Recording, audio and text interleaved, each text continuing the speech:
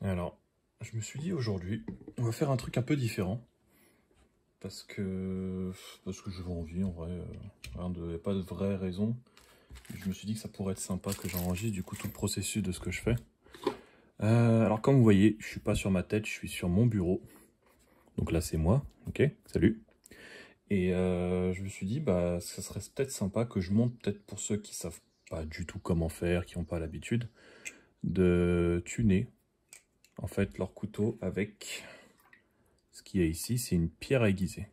Alors en fait ça marche pareil avec le papier de verre, le seul truc. Parce que le papier de verre je trouve c'est un peu plus...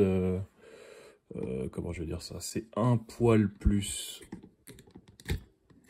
compliqué. Pas forcément compliqué, mais dans le sens où je suis en train juste de remettre la caméra, je suis désolé. Tac, tac, tac. C'est un peu mieux comme ça, voilà.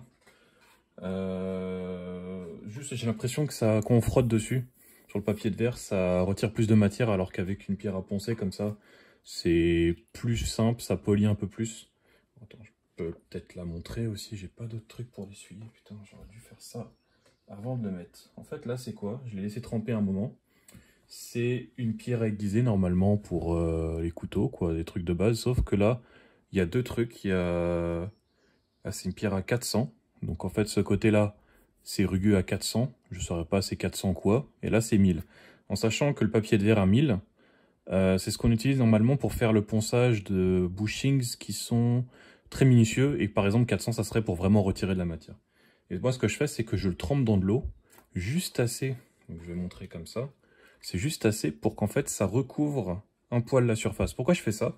En fait, ça permet de moins abîmer la pierre. Parce qu'en fait, c'est comme si vous prenez une pierre dehors, si vous la frottez sur, par exemple, du métal, bah en fait, elle va commencer vraiment à gratter, gratter, ça va retirer beaucoup de matière. Là, le fait que ce soit mouillé comme ça, c'est une pierre qui est faite pour, en fait, ça absorbe l'eau dedans. C'est pour ça que si je la retire, en fait, ça va commencer à donner un effet de sec, même si je la laisse tout droit. Ça commencera un peu à sécher. Bon, là, elle a été bien trempée, donc ça mettra du temps. Mais là, on peut voir, je pense, ici, voilà, déjà, au reflet, là, il y a un côté. C'est pas parce que c'est bombé, c'est que ça a bien absorbé de ce côté-là. Mais ça devrait faire pareil sur toute la pierre si je la laisse, en fait. Et l'objectif, c'est quoi? C'est que, en gros, ça va continuer de poncer. Et on va prendre, du coup, le bushing que moi, je voulais tuner. Et je vais faire des allers-retours où je vais poncer de mon côté ici. Je vais remettre ici, sur le couteau. Donc ça, c'est mon Kraken au glace, ok. Et je vais essayer de faire en sorte qu'il soit un peu plus serré, comme mon Kraken ici, avec la lame Nabalis. Donc j'avais déjà fait une vidéo là-dessus. Ça, c'est la lame Nabalis Hydra. En tanto, qui est pas dispo pour l'instant. Ça devrait revenir d'ici 1 à 3 mois. C'est assez long, c'est chiant, mais bon, voilà, c'est comme ça. Et ce qui est bien, c'est que ça fit parfaitement en fait sur les manches du Kraken. Ça, c'est les manches du Kraken original et ça pareil. Ça vient d'un vrai Kraken. Les vis aussi, ça vient de Squid. Ici, les vis, ça vient d'un revendeur aux US. Sinon, le reste du hardware, les vis Speedview, pardon, ça vient de ce que je disais, c'est USAKM, ça s'appelle. Les washers et les bushings, ils viennent du couteau. Donc là, ça colle parfaitement dessus. Oups. Et le but, c'est d'arriver vraiment à un truc qui fait que quand je le bouge comme ça, en fait ce que je fais là, c'est que j'essaie de soulever d'un côté puis après de l'autre pour montrer les tolérances. Et en fait, en sensibilité, c'est-à-dire au niveau de mes doigts, j'ai l'impression comme si je suis en train de bouger une pièce d'un truc, une pièce de métal, mais qui est recouverte par une sorte de mousse. En fait, cet effet-là, c'est parce que c'est tellement serré que, en gros, le bushing, il y a quasiment pas de jeu. Et ce qu'on ressent, c'est pas des claques avec l'huile, c'est ça qui fait cet effet-là. C'est qu'en fait, quand je bouge, là, ça bouge quasiment pas. Là, j'essaie de me montrer à l'image parce que c'est un peu tordu avec... genre, quand je mets de ce côté-là, j'ai l'impression que ça tord un peu, ça distord l'image.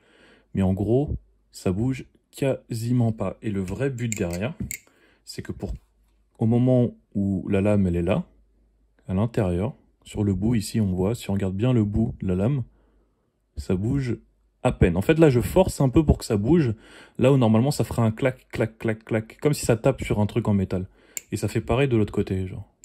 C'est ce que j'ai fait il y a pas longtemps. J'ai fait que ce côté-là parce que c'était le côté qui bougeait le plus. Et en fait, quand je bouge comme ça, on a l'impression que je force. Enfin, moi, en sensation, j'ai l'impression que je force.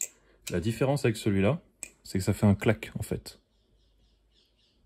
Déjà, il est moins bien tuné, même si c'est quand même en au-tape. On dirait que ça tape un peu, là, mais c'est juste à cause de... Comment le... Je suis en train de regarder. J'ai l'impression que la lame est un peu voilée, mais en fait c'est pas le cas, c'est juste l'image qui fait ça. Mais en gros là on dirait que ça va taper, mais en fait c'est un poil écarté. Et le but c'est de réduire ce truc là et ça fait clac, tac, tac, tac, tac, comme si je tape sur une surface comme je disais. Et je vais essayer en fait de faire ça d'abord sur la safe ici, parce que là c'est vraiment plus, c'est plus visible. Donc de réduire en fait ce côté là, de voir comment il flippe. Et d'après d'essayer de réduire au maximum ça. Alors du coup le mieux, quand on fait ça normalement, c'est d'avoir des paires de bushings, tout en plus. Moi tout ce que j'ai c'est des washers en plus parce que ceux-là ils viennent de Nabalis. Et ça vient du vrai Kraken et du coup j'ai pas de truc de remplacement en fait. Donc je vais faire ça lentement. Et quand vous faites ça pareil, soyez méthodique, n'y allez pas trop fort. N'hésitez pas à revenir plusieurs fois. Donc c'est-à-dire, vous prenez le bushing, vous le poncez, vous essuyez du coup l'eau parce qu'il faut l'enlever, vous le remettez dedans et vous retestez en serrant à fond. En sachant qu'il y a des couteaux, ça marche pas comme ça. Genre le rep, j'en ai un ici. Ça c'est un clone par contre, pardon pour le mouvement. Il a quasiment pas de jeu. D'accord, là c'est pareil, genre ça fait un peu... c'est un rep clone. Hein. Ça fait un peu comme si le truc était parfaitement tuné. Sauf que le problème c'est... ça tape un peu. Il y a très très peu de jeu dessus. Donc il y en a quasiment pas. Mais en fait, là il n'y a pas d'espace en fait pour la lame. C'est ridicule. Genre vraiment le tuning, là il est serré à mort. C'est du hardware de clone, donc ça marche pas forcément très bien. Et là c'est le manche du safe handle. C'est comme s'il bind un peu. En fait, il bind, mais de manière très peu visible, on va dire. En gros, quand je le flippe, ça se voit quasiment pas. Sauf que là, on a vu, en fait, ça ralentit à des moments. Voilà, là, ça se bloque un peu. Donc ça reste flippable, hein. C'est pas, c'est chiant, mais ça reste flippable. Et bah ça, c'est à éviter, en fait. Du coup, d'aller trop fort là-dessus pour arriver à un résultat comme ça. Et pourtant, le bushings, il reste oversize. Hein. C'est ça aussi le problème dessus. Donc, ce que je vais faire rapidement, vous n'êtes pas obligé, mais moi, j'aime bien faire ça à chaque fois. Ça permet d'avoir les doigts relativement propres, on va dire. Je retire l'huile, en fait, qu'il y a dessus, là. Ce que je fais, c'est que j'utilise le zen pour pousser comme ça. En sachant que là, ce hardware-là, j'avais jamais vu ça avant, mais je pense que c'est par rapport au washer. Les washers, quand je les mets, c'est très serré. Une fois que ça rentre dedans, je peux, avec le bout de la vis ici, le recaler parfaitement. Genre, ça glisse super bien. C'est vachement agréable. Du coup, je vais pas nettoyer les washers, je vais les garder un peu huilés. Et je vais juste nettoyer un peu le bushing comme ça. Et du coup, en fait, là, ça va être très simple. Un petit mouvement en 8 sur la pierre, comme ceci. Je la pose dessus. Et en fait, je vais tourner en même temps comme ça, que je suis en train de poncer en 8. Donc ça va donner un truc comme ça, voilà. Un tour, voilà. Ensuite, je tourne. 2 tours. Je tourne. 3 tours. En fonction de comment il y a du jeu, faut faire moins ou plus de tours. Et en fonction de l'épaisseur aussi de la pierre, faut aussi gérer ce truc-là comme ça. Et il faut faire gaffe. Moi, j'essaie de faire par 10 là parce que je sais qu'il y a quand même pas mal de jeux pour moi. Mais en fait, en vrai, il n'y a pas de tape. Il n'y a vraiment pas de tape sur les bushings. Hein. C'est juste moi qui est méticuleux de ouf. Et j'aime bien quand c'est bien serré. Hop, voilà. Je vais écarter ça. Ça sert à rien d'appuyer d'ailleurs. Il faut que la pierre elle fasse son effet. C'est pas la peine de forcer dessus et d'y aller en mode fort. Vas-y, retire de la matière. La pierre va s'en charger. Hein. C'est fait pour. Et du coup, là, je vais juste essuyer le bord d'huile parce qu'il y en avait vraiment beaucoup. J'en ai mis pas mal. Ensuite, on remet le bushings ici. On prend le pivot. Moi, ce que j'aime bien faire, c'est la méthode de placer sur le côté, mais en utilisant le pivot en fait directement dessus. Donc en fait, ce que je fais, c'est que je l'enfonce à peine comme ça, de manière à ce que ça sorte un peu ici, que ça rentre, mais ça sorte, on voit un petit bout. Et en fait, ce que je vais faire, c'est que je vais caler dans le même sens que c'était le washer. Donc là, c'est ce bon sens, comme ça. Je vais le mettre ici. Et en fait, je vais le tenir en équilibre comme ça. D'accord? Et le but, ça va être juste de glisser avec le bushings sur la lame, là, il est dedans, par-dessus.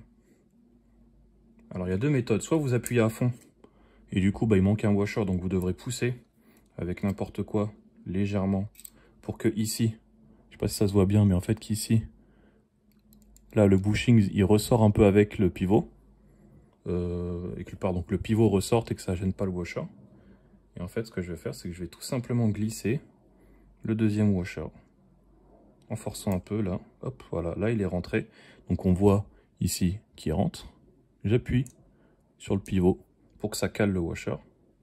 Et là, je glisse. Sauf que là, il est un peu serré. Donc, ce que je fais, c'est que je vais le forcer un peu dedans. Je sais pas trop pourquoi il fait ça, mais ça me dérange pas trop parce que ça abîme rien du tout. Et en fait, une fois qu'il est dedans, là, c'est la force de Squid. Ça glisse tout seul. J'ai pas besoin de forcer, en fait, pour que le washer rentre vraiment bien dedans. Une fois que c'est comme ça, je pousse un peu avec l'ongle. Et en fait, ce qui va se passer là, je vais pouvoir appuyer. Et voilà, ça rentre tout seul. Parce qu'en fait, le washer, il est plat, il est vraiment bien plat. Sauf qu'en fait, il est assez arrondi sur les bords pour que ça glisse tout seul, en fait, une fois que ce soit bien fait.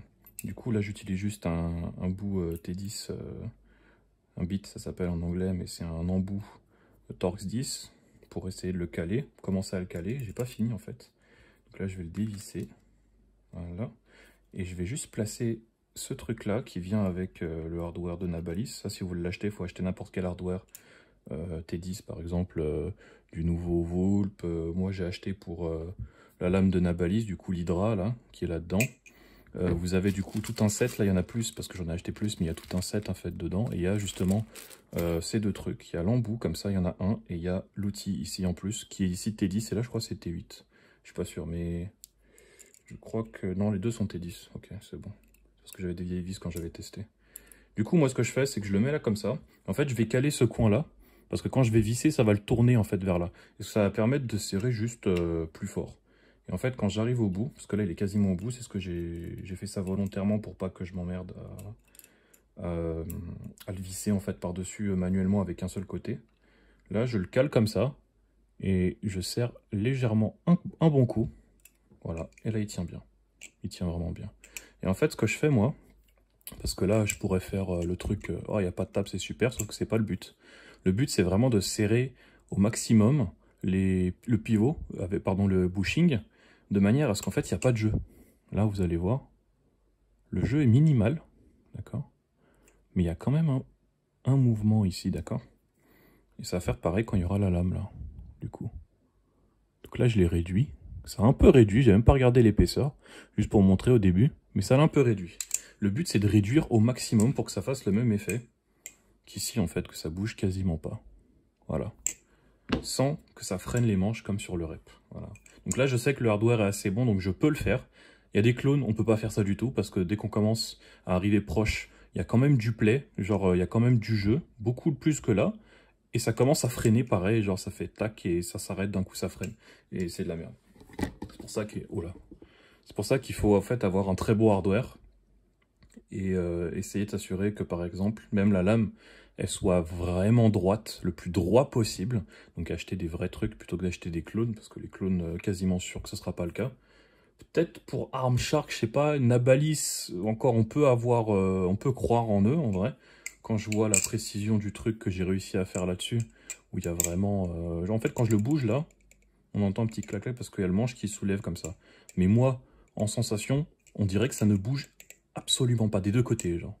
Et ça, c'est très rare à faire. Encore une fois, le play, ici, est très, très, très serré. Alors, je pourrais forcer comme ça, donc ça va forcer sur le washer, en fait. Donc ça va plus bouger, mais en réalité, ça bouge quasiment pas. Et pourtant, il y a un free swing complet dessus.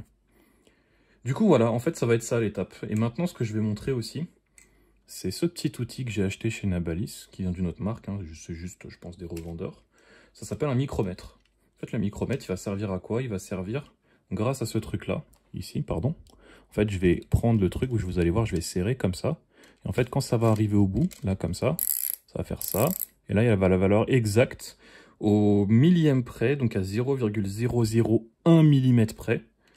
Je dirais plus, c'est plus 0,002 environ, parce que des fois on serre, ensuite on refait, ça resserre différemment. C'est pour ça que ça fait clac là comme ça fait ça. C'est pour pas trop serrer non plus trop fort, parce que sinon les tolérances sont pas les mêmes. Et moi ça me permet aussi de savoir quasiment au millième près, à l'unité millième près de millimètre, l'épaisseur pour voir de combien je peux continuer en fait de poncer. C'est ce que je vais faire en fait. Je vais checker par rapport à l'épaisseur de la lame jusqu'où je vais pouvoir poncer du coup le couteau. Tout simplement. Ça paraît peut-être pas simple, ça paraît peut-être être du chinois. Ne vous inquiétez pas, c'est normal. Là, je donne des termes techniques parce que je dois en donner pour expliquer. Mais c'est pas si compliqué que ça, on va comprendre. C'est rien de c'est rien de spécial. Du coup, là, j'utilise l'autre côté. Hop, je dévissais.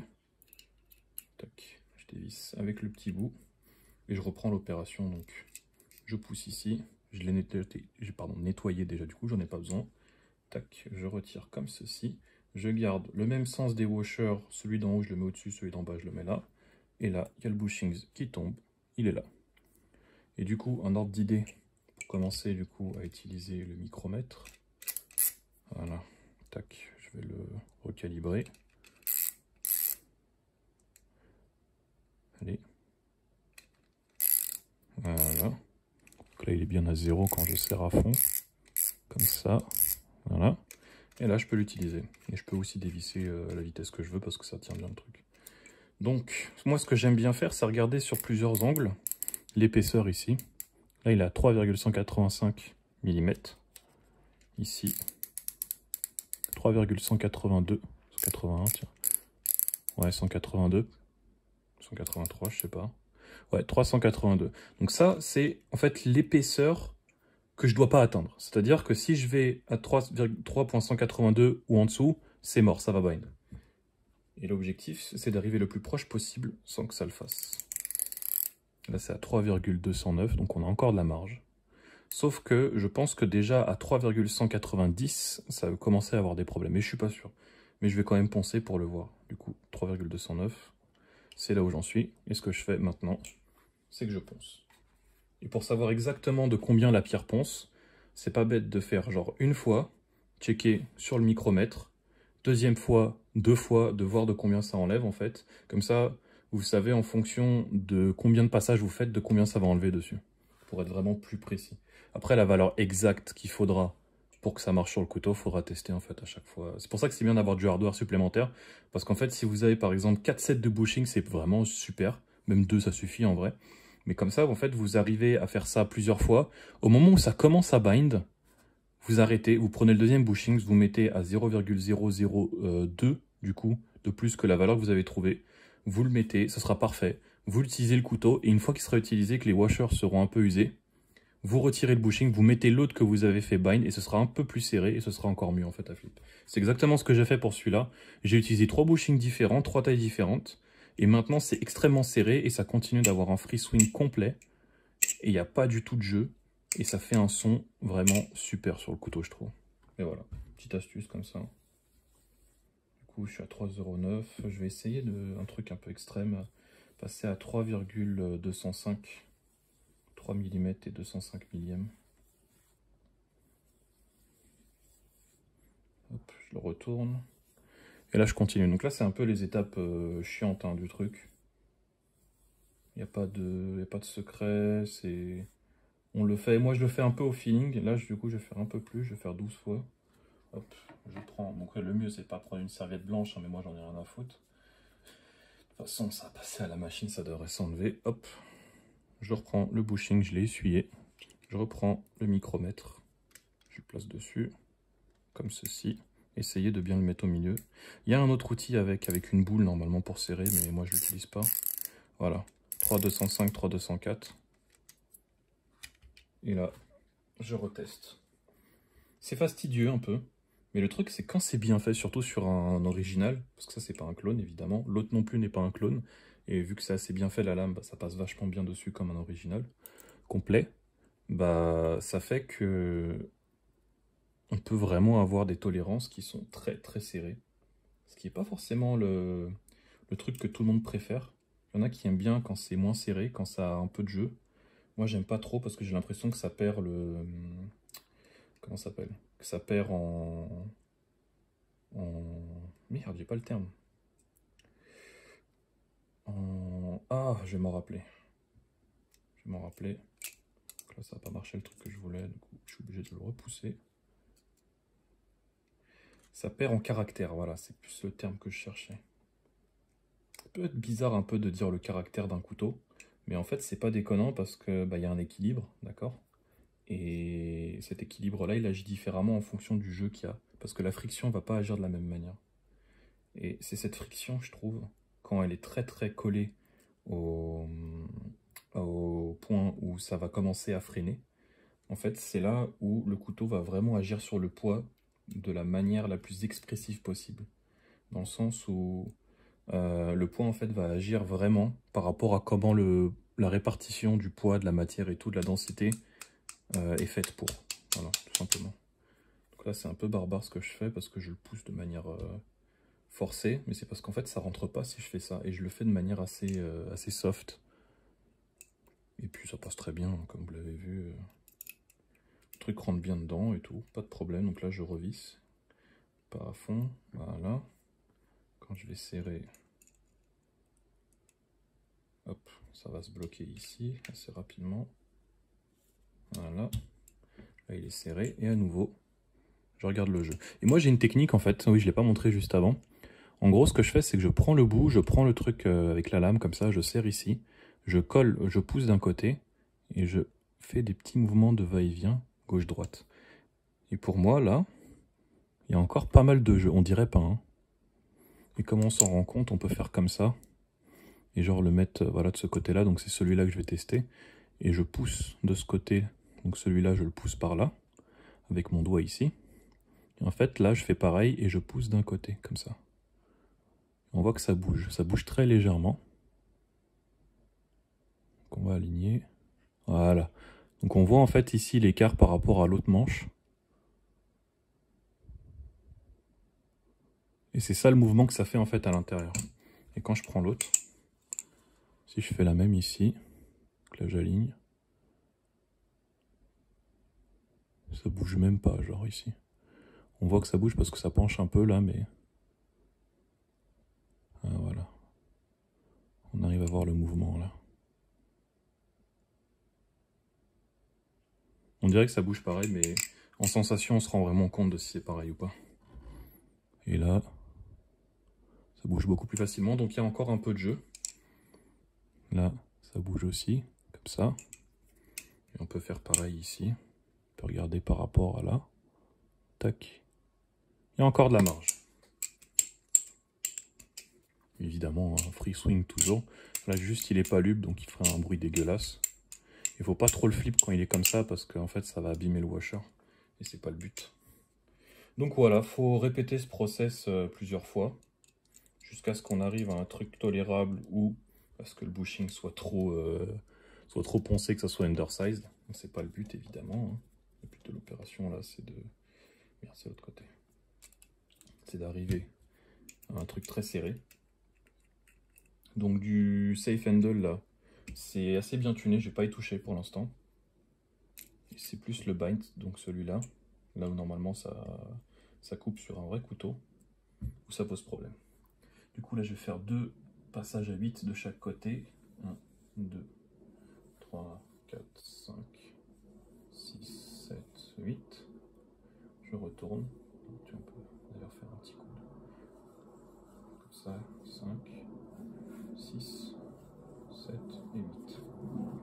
Donc ça peut aller très vite, hein, le bind sur un couteau. Ça peut être très rapidement undersized. Faut faire gaffe. Il y a un avion qui passe, je sais pas s'il s'entend, j'espère pas. Ah oui, je vais tester avant. L'épaisseur qu'il y a maintenant. Merde, 27 ans. Cool. 3,20302 à peu près. 203. Je vais le mettre à 0,2. Je pense que ce sera 0.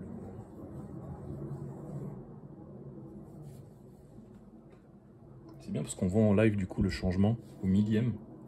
Et j'espère que ça se verra aussi.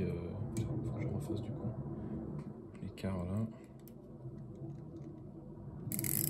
Voilà, 3,202. Hop, on fait ça minutieusement. Enfin, en vrai, c'est un peu barbare parce que ça va un peu vite. On dirait pas, mais 3 millièmes pour un tuning comme ça peut être serré. Vraiment très très serré. Et d'1 millième, ça peut commencer à binder, c'est pas bien.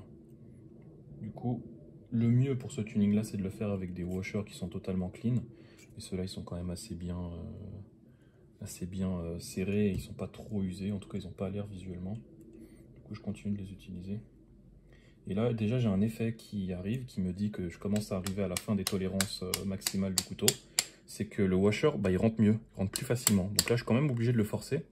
Par contre, il rentrait dès le début plus facilement. Ça veut dire que j'arrive vers un moment où les washers en fait ne vont pas trop serrer, et ça veut dire que le bushing se rapproche vraiment du moment où il va être quasiment à l'épaisseur en fait maximale des tolérances du couteau. C'est pas encore le cas, heureusement, mais il faut faire quand même gaffe à ce truc là, parce qu'on peut facilement arriver à trop faire. Le truc il marche bien, c'est juste moi qui ai fait sauter le truc. Et là ça commence à déjà être pas mal, même si c'est encore pas assez. Mais ouais, voilà, c'est comme ça qu'on fait, donc petit à petit, vraiment lentement, tuner de plus en plus, jusqu'à ce qu'on arrive au résultat escompté. Et moi, le résultat que j'escompte, c'est celui similaire à celui-là, mais même celui-là, je pense que je vais le reponcer un peu par-dessus. Un poil, parce qu'il y a encore un petit peu de mouvement alors qu'il y a de l'huile, où ça fait clac-clac dessus. Donc je pense que je vais arrêter la vidéo là. À la limite, je vais peut-être remettre la vidéo une fois que ce sera fini, comme ça, ça fait déjà 26 minutes, et je pense que peut-être chiant aussi à regarder, j'en sais rien. Mais du coup, je vais plutôt faire un accéléré sur la vidéo. Je vais faire ça en très rapide jusqu'à ce que ça soit fait. Et après, je montrerai une fois que c'est fini, tout simplement. Voilà. Allez, je le mets.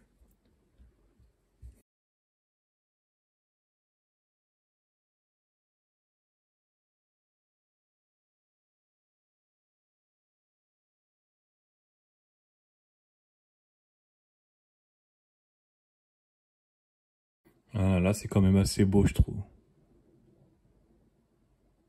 Il bouge à peine.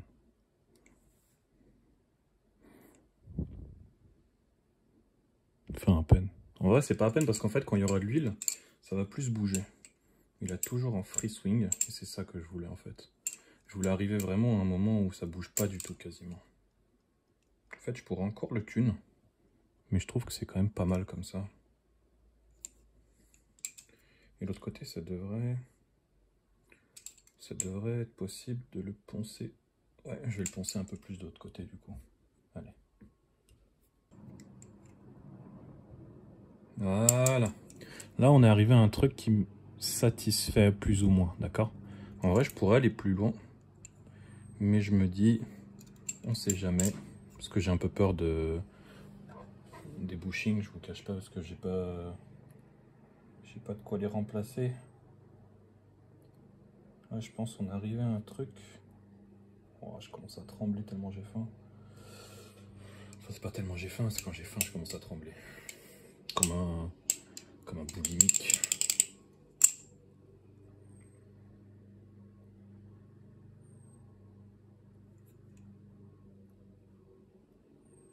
J'aime bien huiler des quatre côtés. Donc du haut, chaque côté et du bas aussi. Enfin, ça fait 1, 2, 3 et 4, ouais. Tac. Hop. Et là, l'effet, c'est exactement comme l'autre. Avec l'huile, je ressens pas du tout de mouvement. Enfin, si, un tout petit peu en vrai. Si, un petit peu de mouvement sur le safe là, mais il est quand même très très serré. Ouais, c'est le safe qui est un poil plus, ça aurait pu. Mais là, du coup, il est tuné de manière très très serrée. Vraiment, il y a quasiment... en fait, il y en a ici, mais c'est pas un play... comment dire? Ça reste très serré. Je sais pas comment expliquer ça, mais c'est moins normalement que... Enfin, ça l'est certainement. Moins qu'au début de la vidéo. Du coup, là,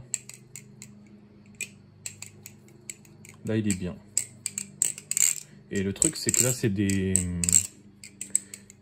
washers, des rondelles en bronze. Si ça aurait été en acier, j'aurais pu aller plus loin et faire vraiment en sorte qu'il n'y ait plus de mouvement. Et là, il n'aurait plus jamais bougé. Genre, parce qu'en acier, ça bouge quasiment pas.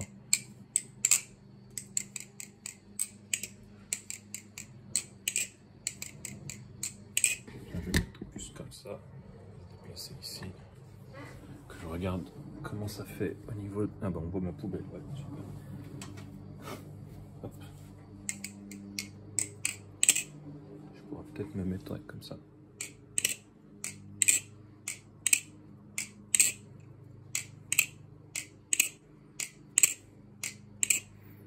ça arrive forcément ce truc là qui fait que il y a moins de ring en fait. Du coup quand je le ferme ça le bloque, mais les manches sont totalement en free swing, il n'y a pas du tout de blocage dessus.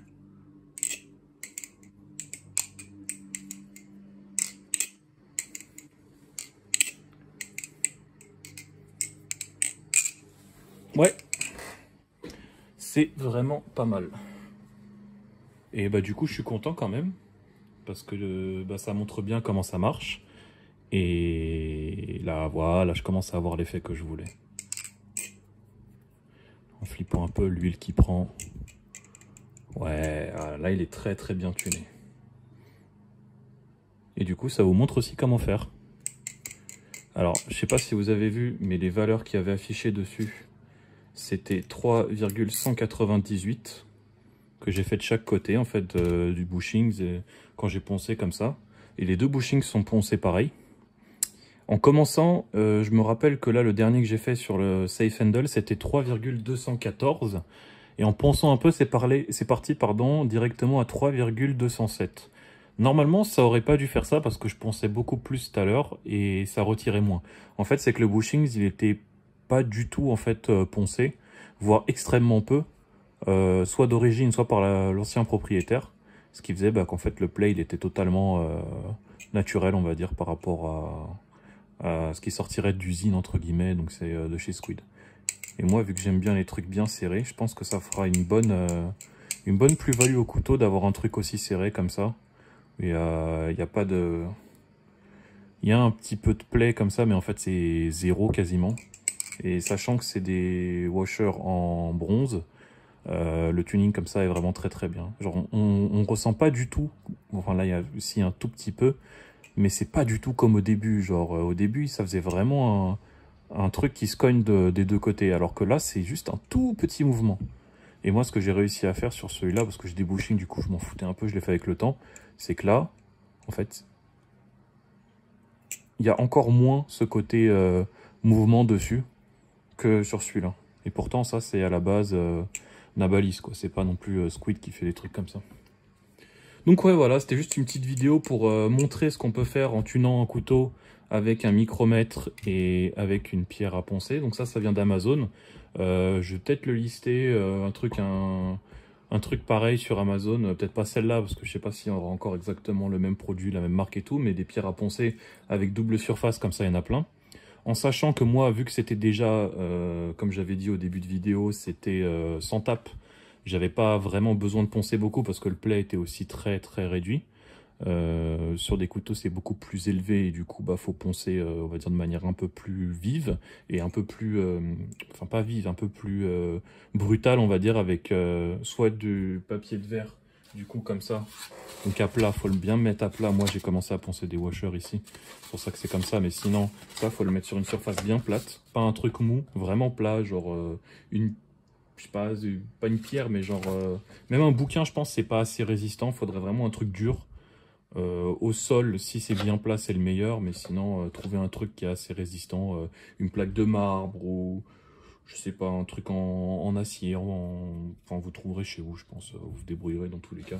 Et pareil, genre le petit 8, mais par contre sur le papier de verre, faut le faire beaucoup moins de fois que sur ça, parce que là il y a de l'eau, ça le polit un peu plus que ça vraiment c'est abrasif, genre ça frotte vraiment bien, ça retire de la matière beaucoup plus vite avec ça, et ça c'est du grain 500. Par exemple, donc s'il y aurait une pierre à 500, faudrait faire moins de mouvements, enfin moins de répétitions dessus que sur un truc en pierre, parce que comme j'ai dit, ça retire plus avec le papier de verre. Mais sinon avec ça, pareil, en fonction de l'épaisseur, faut le faire plus ou moins, plus ou moins de rotation. On peut le faire en cercle aussi, tant que vous tournez un petit peu le bushing à chaque fois. Moi, ce que je faisais en fait, pendant que je faisais le 8, je tournais mon doigt comme ça, enfin mes doigts comme ça, pour tourner le bushing en même temps que ça ponce, pour que ça fasse le plus équilibré possible sur la surface en rond en fait. Parce que si le truc il est droit de base et vous poncez comme ça après, en fait quand vous allez l'utiliser, il y a des moments sur la lame, ça va être genre ça va être comme ça, d'accord, et donc il y aura un jeu ici. Et en fait, ça va frotter et ça pourra créer du bind, ou alors ce sera totalement bizarre en fait en main, ça va flip bizarre. Et pour le micromètre, je vais pas mettre de lien parce que je suis pas sponsor, mais vous allez sur le site de Nabalis, il y en a. C'est 23 € je crois. Je vais regarder vite fait. Ah ouais, c'est 38 €, ok. Donc ça, je pensais que c'était moins cher avant, je sais pas si je l'ai acheté moins cher. 38 € sur leur site. Micromètre au millième près, donc c'est marqué ici. Si vous en trouvez moins cher avec un truc comme ça, vous pouvez essayer aussi. Mais voilà, à savoir que c'est ce prix-là, en sachant que là, tout de suite, quand la vidéo sortira, il y aura, je pense, encore 2 jours, parce que je pense la sortir ce soir, donc ça fera 2 jours après. Il y aura 10%. Il y a un coupon 10%, donc au lieu de 38, vous passerez à genre 34, un truc comme ça, 32, je sais plus. Je ne saurais pas faire le calcul comme ça de tête rapidement.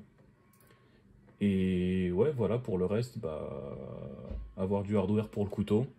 Moi, j'en avais pas, donc j'ai fait gaffe, et vu que j'ai un peu d'expérience sur le ponçage, que j'ai réussi à faire un autre Kraken avec une autre lame, je me suis dit pourquoi pas essayer avec celui-là. Ça a très bien marché, ça baigne pas du tout. Et ouais, voilà, le résultat est là, hein. Vraiment, il n'y a pas de mouvement. Ici, quand je le fais rapidement, on sent rien du tout. Et là, bah, le play, comme je l'ai montré au début, un tout petit peu de play, mais genre c'est vraiment dérisoire, quoi.